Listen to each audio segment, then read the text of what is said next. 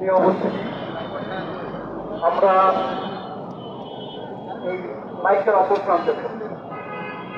কিন্তু আজকে আমাদের কি কথা বলতে হচ্ছে, আমাদের কি মানববন্ধন করতে হচ্ছে, আমাদের সহকর্মী হত্যার বিচার দিয়ে। এটা আমাদের জন্য লজ্জার, এটা রাষ্ট্রের জন্য লজ্জার। আমরা দেখেছি বিগত 17 বছরে আওয়ামী ফ্যাসিজমের সময় সাংবাদিকদের উপর, বিরোধী মতের উপর কি ধরনের নিপীড়ন চালানো হয়েছিল। আমরা দেখেছি জুলাই আগস্ট গণ অভ্যুত্থানের সময় সাংবাদিকদের টার্গেট করে কিভাবে পুলিশ গুলি করে হত্যা করেছিল। আওয়ামী লীগ অস্ত্রধারীরা কিভাবে সাংবাদিকদের উপর আক্রমণ করেছিল। আমরা দেখেছি, আমরা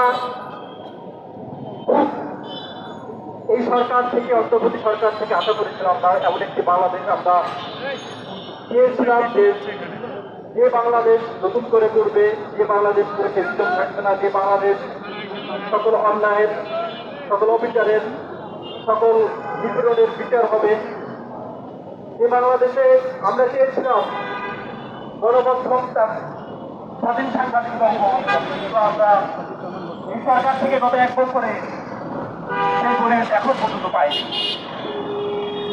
আমি আমার থেকে বলতে আমাদের প্রতিটি সহকর্মী সহ পুরো বাংলাদেশ গতকালকে আমাদের দুই ভাই সেই নির্মমভাবে হত্যাকাণ্ডের সেই ভিডিও ফুলে কিংবা তার এই রক্তাক্ত দেহ থেকে আমরা সবাই কেঁদেছি। এখনো আমার গা শিউরে ওঠে ওই হত্যাযজ্ঞের অবস্থা দেখে। কিন্তু আমরা এই ঘটনা ঘটার পরে আমরা দেখি সেটাকে বিভিন্নভাবে ফ্রেমিং এর চেষ্টা চলছে, বিভিন্নভাবে রাজনৈতিক দায় কিংবা বিভিন্ন দায়ের উপর। কিন্তু এই যে হত্যাযজ্ঞ হয়েছে এটা নিয়ে সুস্পষ্টভাবে বিচার চাইতে আমরা এখন পর্যন্ত সরকারের উপরমহল থেকে কিংবা রাজনৈতিক দলগুলো থেকে সামান্য কিছু পেলেও ওই ধরনের জোরালো কোনো আওয়াজ এখন পর্যন্ত পাইনি।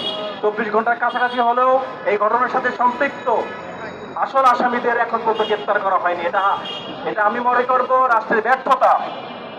আমরা চাই, আমরা স্বাধীন সাংবাদিকতা করতে চাই, সারা বাংলাদেশে স্বাধীন মত প্রকাশের সবাই যাতে এই স্বাধীন মত প্রকাশের স্বাধীনতা পায় এবং সাংবাদিকরা তাদের কর্মক্ষেত্রে তাদের সাংবাদিকতা করতে গিয়ে যাতে সেই সুষ্ঠু পরিবেশ পায়, আমরা রাষ্ট্রের কাছে আহ্বান করব, আপনারা আপনাদের বিগত 1 বছরে অনেক ভুল আছে, আপনারা ভুলকে শুধরে উঠুন।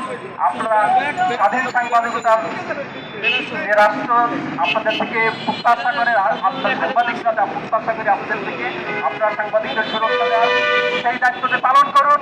এবং আমরা আমাদের মাঠে আমরা আর কোনো দুই ভাইয়ের মতো কিংবা সাংবাদিক যারা বিগত দিনে আহত হয়েছে কিংবা নিহত হয়েছে, আমরা আর কোনো সাংবাদিকের রক্ত দেখতে চাই না।